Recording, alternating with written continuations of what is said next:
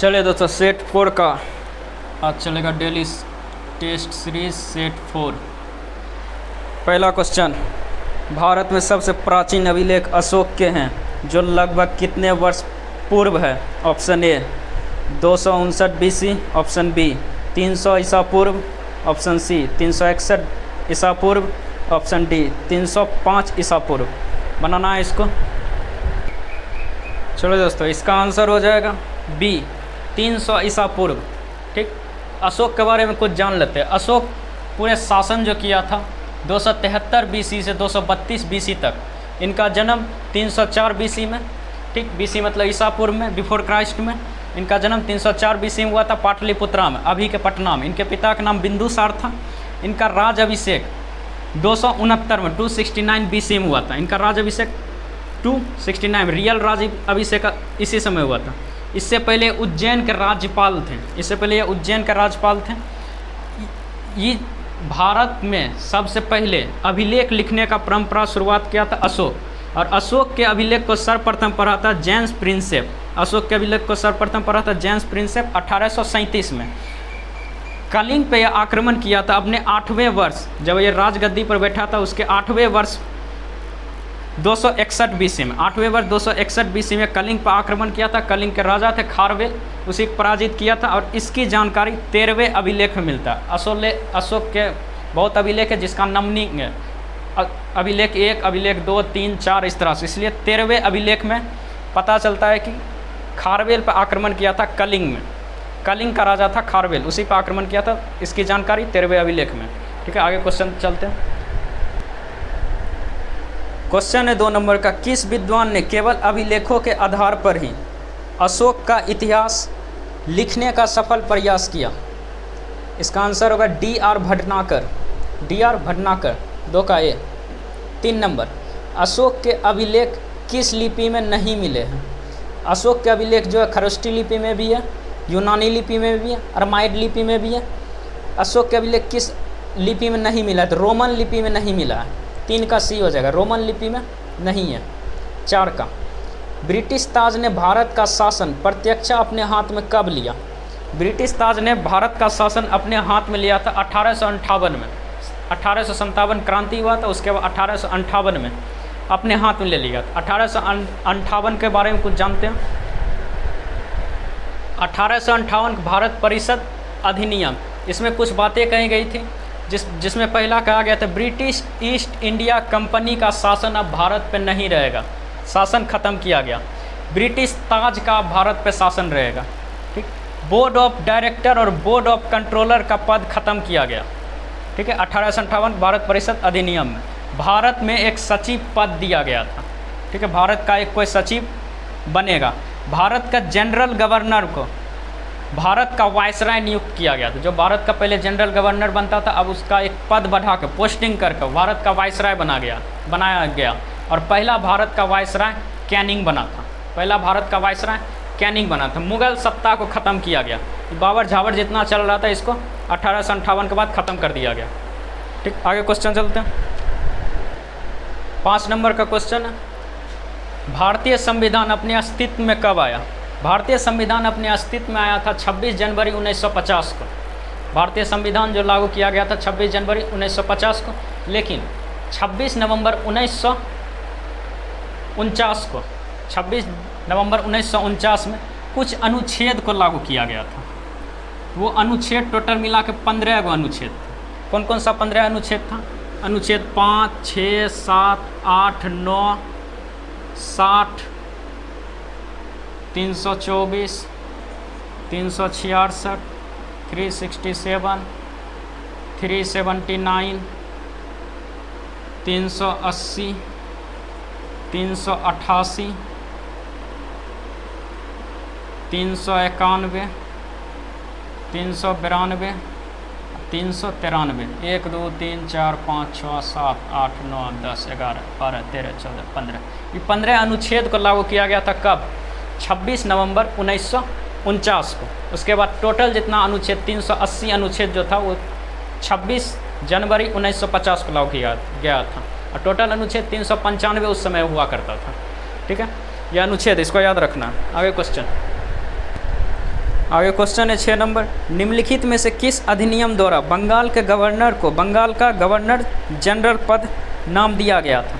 बताएं तो 1773 का रेगुलेटिंग एक्ट आया था, जिसमें बंगाल के गवर्नर को बंगाल का गवर्नर जनरल बना दिया गया था। ठीक है, और 1773 के ही रेगुलेटिंग एक्ट में 1774 में कोलकाता में सुप्रीम कोर्ट का स्थापना किया गया था, जिसमें से मुख्य न्यायाधीश थे एलिजा एम्पे और अन्य न्यायाधीश थे चैम्बर्स, हाइड, लेमेस्टर। ठीक है, याद रहेगा ये सब चीज़। आगे क्वेश्चन, निम्नलिखित में से किस अधिनियम द्वारा कलकत्ता में उच्च न्यायालय की स्थापना हुई थी? अभी तुरंत बताएं। 1773 के रेगुलेटिंग एक्ट 1774 में हुआ, तो ऑप्शन में 1773 है, तो यही होगा 7 का बी। 8 का, प्रोकैरियोटिक कोशिका में किस कोशिका अंगक का अभाव रहता है? प्रोकैरियोटिक कोशिका, प्रोकैरियोटिक कोशिका में ना ही इंडोप्लाज्मिक रेटिकुलम पाया जाता है, इसमें ना ही सेंट्रोसोम पाया जाएगा, इसमें ना ही लाइसोसोम पाया जाएगा। मतलब यूकैरियोटिक कोशिका विकसित कोशिका और प्रोकैरियोटिक कोशिका अविकसित कोशिका, इसमें सिर्फ केंद्रक पाया जाता है। केंद्रक में डीएनए रहता है, इसमें सिर्फ डीएनए होगा, बाकी इसमें कुछ नहीं पाया जाता। तो ऑप्शन देख लो, ऑप्शन में कौन सा है?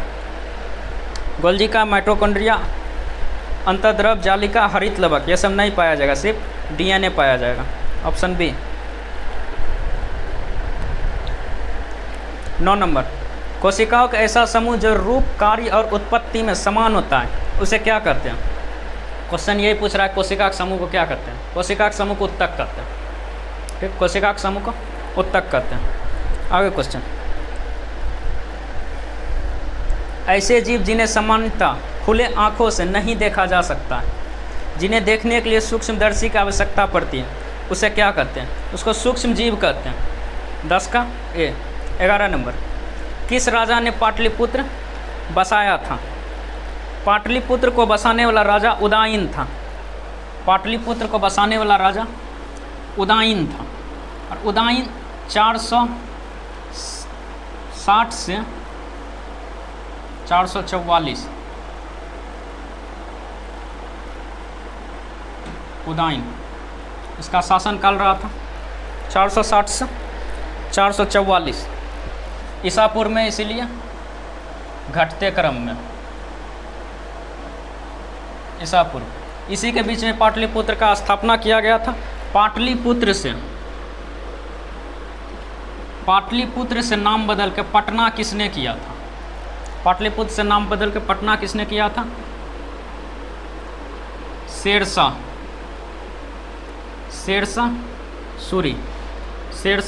सूरी बिहार का शासक था, पाटलिपुत्र से पटना नाम बदल के किया था। आगे क्वेश्चन, मगध की प्रारंभिक राजधानी कौन सी थी? मगध की प्रारंभिक राजधानी कौन सी थी? सबसे पहले मगध की राजधानी थी राजगिर, जिसको गिरिव्रज भी कहते हैं। अभी का नाम इसका है राजगीर। राजगिरी से बदल के पाटलिपुत्रा किया गया, और पाटलिपुत्रा से बदल के वैशाली किया गया, और वैशाली से बदल के फिर से पाटलिपुत्रा कर दिया गया। ठीक है, इस समय राजा था बिंबिसार। पाटलिपुत्र किया था उदयन, वैशाली किया था शिशुनाग, ये सब राजा का नाम है। और फिर से पाटलिपुत्र कर दिया था कालाशोक। याद रखना, बिंबिसार राजगीर राजधानी बनाया था, उदयन पाटलिपुत्र को राजधानी बनाया था, शिशुनाग वैशाली को राजधानी बनाया था, और कालाशोक पाटलिपुत्र को राजधानी बनाया था। ये सब मगध की राजधानी है। सबसे पहला राजधानी राजगिरी, गिरिव्रज या राजगीर। आगे क्वेश्चन, विश्व का पहला गणतंत्र वैशाली में किसके द्वारा स्थापित किया गया? लिच्छवी, इसका आंसर लिच्छवी होगा। 14 नंबर, पीओके कश्मीर का कितना प्रतिशत है? रिपीटेड क्वेश्चन है, इसका 30% होगा। आगे क्वेश्चन, हिमाचल प्रदेश कितने देशों से सीमा लगाती है? देश पूछा, राज्य ने। हिमाचल प्रदेश जो है मात्र एक देश से सीमा लगाती है, चीन से। ठीक है, अगर राज्य पूछे तब मार्कर का, अगर राज्य पूछे तब हिमाचल प्रदेश, जम्मू कश्मीर, टोटल 5 राज्यों से सीमा लगाती है हिमाचल प्रदेश, जम्मू कश्मीर, लद्दाख, पंजाब, हरियाणा, उत्तराखंड। ये 5 से राज्य से सीमा लगाते हैं हिमाचल प्रदेश। आगे क्वेश्चन, स्वर्ण मंदिर को विद्रोहियों से मुक्त कराने के लिए कौन सा ऑपरेशन चलाएगा? Operation blue star. Operation blue star जो था 1 जून से 8 जून के बीच चला था और यह हुआ था 1984 में। ठीक है, इसमें एक नाम, प्रसिद्ध नाम, विख्यात नाम सामने आया था, अजीत डोभाल का। ठीक है, ये डेट याद रखना, 1 जून से 8 जून 1984 में हुआ था ब्लू स्टार। आगे क्वेश्चन, यूपी तथा हरियाणा की सीमा पर बहने वाली नदी। यूपी और हरियाणा की सीमा पर यमुना नदी बहती है। दिल्ली या हरियाणा पूछे, यमुना नदी। दिल्ली और यूपी पूछे, यमुना नदी। यमुना नदी बहती है यूपी और हरियाणा की सीमा पर। ठीक है, अब प्रयागराज में जाके मिल जाती है गंगा से, यहाँ गंगा से प्रयागराज या इलाहाबाद में आके मिल जाती है यमुना नदी। आगे क्वेश्चन, पुष्पों का अध्ययन कहलाता है, पुष्पों का अध्ययन फ्लोरिकल्चर कहलाता है। पुष्पों का अध्ययन फ्लोरिकल्चर कहलाता है। इसका 18 का डी होगा, इनमें से कोई नहीं। 19 नंबर, हाइड्रोफाइट्स होते हैं। हाइड्रो जिसमें लगा होगा जल से संबंधित होता है, हाइड्रोफाइट्स मतलब जलीय जीव। 20 नंबर, निम्नलिखित में से कौन सा एक जड़ नहीं है? जड़ का एक उदाहरण बताते हैं, जिसका लोल निकलल है वो जड़ है। जैसे गाजर जड़ है, गाजर देखो इस तरह से बनता है गाजर। ठीक है, मूली, सलजम, सलजम गोल नहीं होता है, देखो ऐसे होता है, ऐसे इसका ही वाला जड़ निकला हुआ है सलजम, ये सब जड़ है। लेकिन आलू, आलू का जड़ निकला रहता है, ऐसे आलू ऐसे रहता है।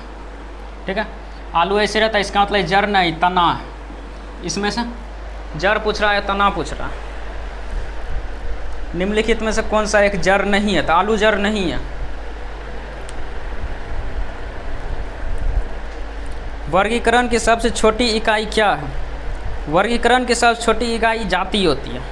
ठीक है, वर्गीकरण के बारे में जानते हैं, वर्गीकरण के बारे में जानते हैं। सबसे छोटी इकाई स्पेसीज, उसके बाद जीनस, उसके बाद फैमिली, उसके बाद ऑर्डर, फिर क्लास, फिर डिवीजन या फाइलम, फिर किंगडम। स्पेसीज को जाति बोलते हैं, जाति के समूह को वंश बोलते हैं जीनस, और वंश के समूह को कुल बोलते हैं फैमिली, कुल के समूह को गुण बोलते हैं ऑर्डर, गुण के समूह को क्लास बोलते हैं वर्ग, और क्लास के समूह को डिवीजन या फाइलम, हिंदी में फाइलम बोलते हैं फाइलम, और फाइलम के समूह को किंगडम, सबसे बड़ा किंगडम होगा। 5 को किंगडम होता है। ठीक है, मोनरा, प्रोटिस्टा, फंगी, प्लेंटी और एनिमेलिया, ये 5 को किंगडम हुआ। WH व्हिटेकर ने बांटा था 5 किंगडम में, इसको याद रखना। 22 नंबर, निम्बो बाजगो नामक बांध निम्नलिखित में से कौन सी नदी पर है? सिंधु नदी पर। निम्बो बाजगो नामक बांध सिंधु नदी पर है। 23 नंबर, किस वस्तु की कीमत में वृद्धि में, किसी वस्तु की कीमत में वृद्धि से क्या अभिप्राय है? जब जब रुपया का मूल्य नीचे जाएगा तब तक वस्तु का दाम बढ़ेगा। ठीक है, देखो कौन ऑप्शन में लिखा है? ऑप्शन डी में, मुद्रा के मूल्य में गिरावट और वस्तु के मूल्य में वृद्धि। 24 नंबर, 24 नंबर, निम्नलिखित में से कौन सी पार्टी या संगठन डॉक्टर भीमराव अंबेडकर द्वारा स्थापित किया गया था?